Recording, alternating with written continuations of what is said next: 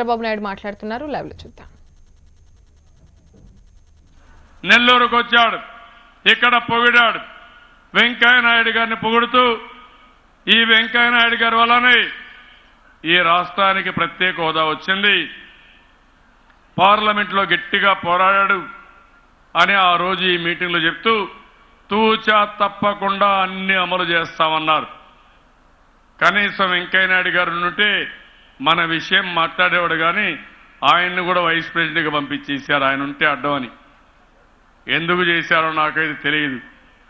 దక్షిణ భారతదేశంలో కాస్తో కూస్తో వెంకయ్య నాయుడు గారు రాజకీయంలో ముఖ్యంగా బీజేపీలో యాక్టివ్గా ఉంటే ఉండేవాడిని పక్కకు పంపించి వీళ్ళు ఇష్ట ప్రకారం చేసే పరిస్థితికి వచ్చారు. అందుకే ఇదే నెల్లూరు జిల్లాలో ఉండే మీరు ఆలోచించాలి. ఎల్లుండి ఢిల్లీలో ధర్మ పోరాట దీక్ష చేస్తున్నాను.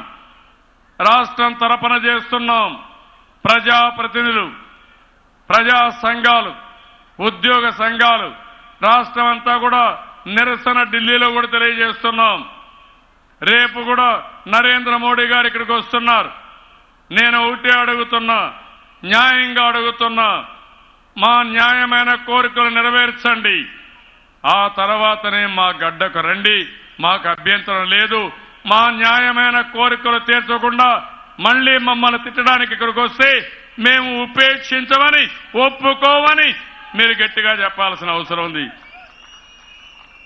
రేపు వస్తున్నాడు గుంటూరుకి, నన్ను తిడతాడు, మళ్ళీ గట్టిగా తిడతాడు. మొన్న అసెంబ్లీలో చెప్పాడు నేనేదో వైఎస్ఆర్ కాంగ్రెస్ పార్టీ ట్రాప్లో పడిపోయారని. నేను బళ్ళ ఎగిరెగిరి అవినీతి కుడితిలో మీరు పడిపోయారు. వైఎస్ఆర్ కాంగ్రెస్ ట్రాప్లో మీరు పడ్డారు తప్ప నేను కాదని మీ అందరికీ విజ్ఞప్తి చేస్తున్నా.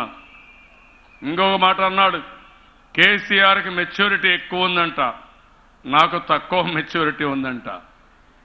కేసీఆర్ నా వల్ల నా దగ్గరనే పైకి వచ్చాడు. మీకు అందరికీ తెలిసి ఇక్కుండే వేదిక పైన అందరూ చూశారు. వీళ్లతో సమానంగా ఆయన కూడా పనిచేసేవాడు.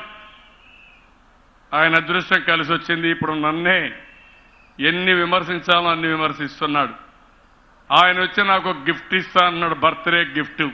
నేను చెప్పా, మా చెల్లెమ్మలు, మా అన్నలు, మా తల్లిదండ్రులు ఉన్నారు, ప్రతి ఒక్కరు గిఫ్ట్ ఇస్తే నీకు కోట్ల గిఫ్ట్లు వస్తాయి, జాగ్రత్తగా ఉండమని హెచ్చరించానని చెప్పి కూడా నేను మీకు తెలియజేస్తున్నా.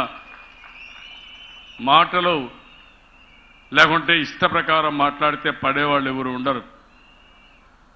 కాబట్టి మీరు ఈ విషయాలు ఆలోచించాలి. ప్రతి ఒక్క ఇంట్లో చర్చ జరగాలి. ఎందుకు నరేంద్ర మోడీ గారు వస్తున్నారు? మొన్న అమిత్ షా వచ్చాడు, శ్రీకాకుళం వచ్చారు. కుర్చీలు వేస్తే కుర్చీలకు మనుషులు కూడా లేకుండా అందరూ కూడా బాయ్కాట్ చేసే పరిస్థితికి వచ్చారు.